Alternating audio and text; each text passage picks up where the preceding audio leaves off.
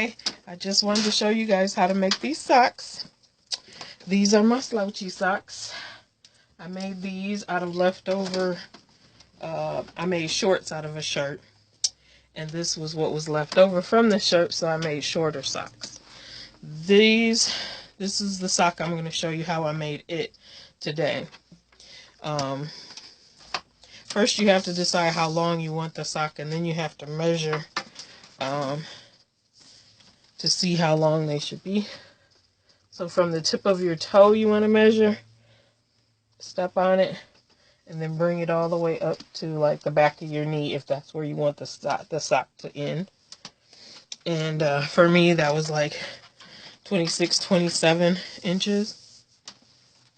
Okay, so then you decide which shirt you're gonna use. I am using Ohio State, yeah. Okay. You take a sock that you know fits you. Okay. And what you want to make sure of, most important, is the sweater or shirt that you choose has to stretch sideways. Okay, so you make sure that it's going up over your foot. It's not necessary that it stretches so much long ways. It makes it more comfortable if it does, even if it's just a little bit. But mostly sideways, you want it to stretch. Like this one, it does fit my foot. But so you basically use your old sock as a pattern, and I take chalk, or you could use anything you want to outline the sock. And because I want it to come up to my knee, I am going to make it bring it all the way up. And I always use the sleeve cuff as the top part of my sock. It just makes it so much easier, and they're really comfortable. So I chalk line this, and I'm making these a little bit bigger because I always like my socks to slouch a little bit. And then what I'm going to do is I'm going to take the scissors and I'm going to cut all along that chalk line. So we're going to pause the video and come back after I'm done with that. Okay, so we're back. I've cut that out. And so you can see that it was cut with one end folded. So you're just going to have the seam running from this top edge all the way down to where your toes are. And I set my sewing machine on zigzag, almost buttonhole, or on buttonhole stitch.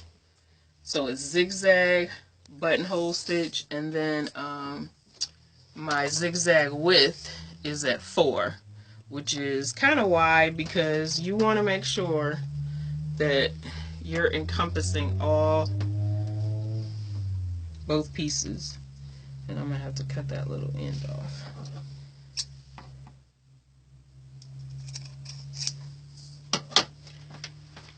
When you start sewing your sock,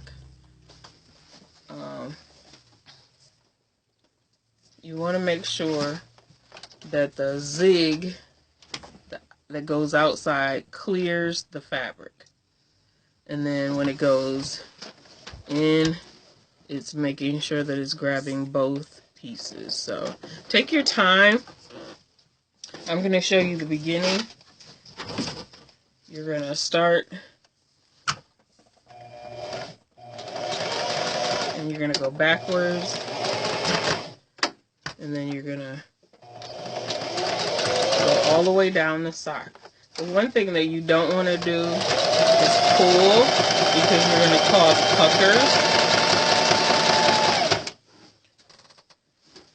And you don't want puckers. So you want to let the machine do the work. Now, in this thicker part, you might have to push a little bit to get it through. But after that, you want to let the machine just do the work, and you're just guiding.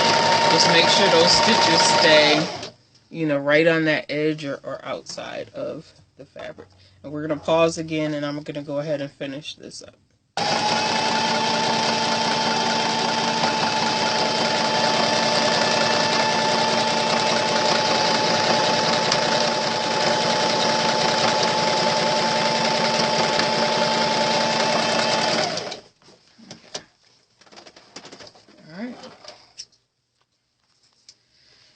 So that is done.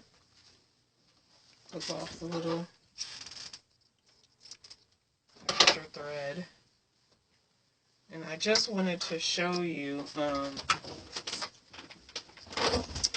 that you can get so many pairs of socks out of one shirt. Like, you know, if you have children, this right here, this piece is a whole nother area where you could get socks. You might just want to curve in a little bit where it would be, so it would stay up on their leg. This area here, this area here. Sometimes I'll have socks where I want this wording at the top, and so what you could do is you could take the sock like this. You could take the shirt, I'm sorry, like this, and you can just, so this would be the fold. Of course, you would just get one sock, and you would put it there like that, or like that, and just make sure that you come all the way up here. So I know you could get at least 2, 3, maybe 4 pairs of socks out of one shirt. And then I just use contrast thread so you guys could see it, but you could use the same color thread if you wanted to. I would suggest that if you're using anything like a type of sweater like this that could ravel, I generally wouldn't use it, but it would be cute for a sock. But what I would do is, after I marked it, I would actually zigzag it on the machine and then cut it, because then that will save you a lot of raveling and a big mess. The other thing is, if you don't have a sewing machine, I would just take the 2 pieces and layer them on top of each other, and then take my thread. Let me see if I can find a threaded needle here, and just stitch them together.